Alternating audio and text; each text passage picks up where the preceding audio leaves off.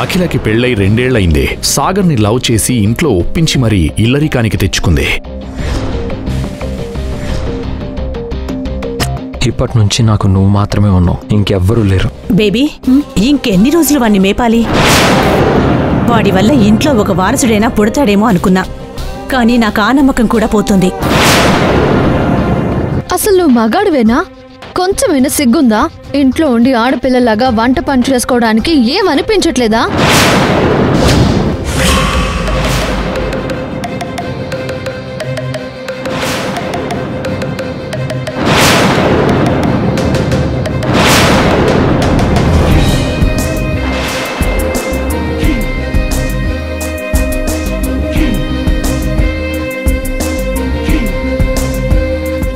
Sir, మీరేంటి sir ఇక్కడ?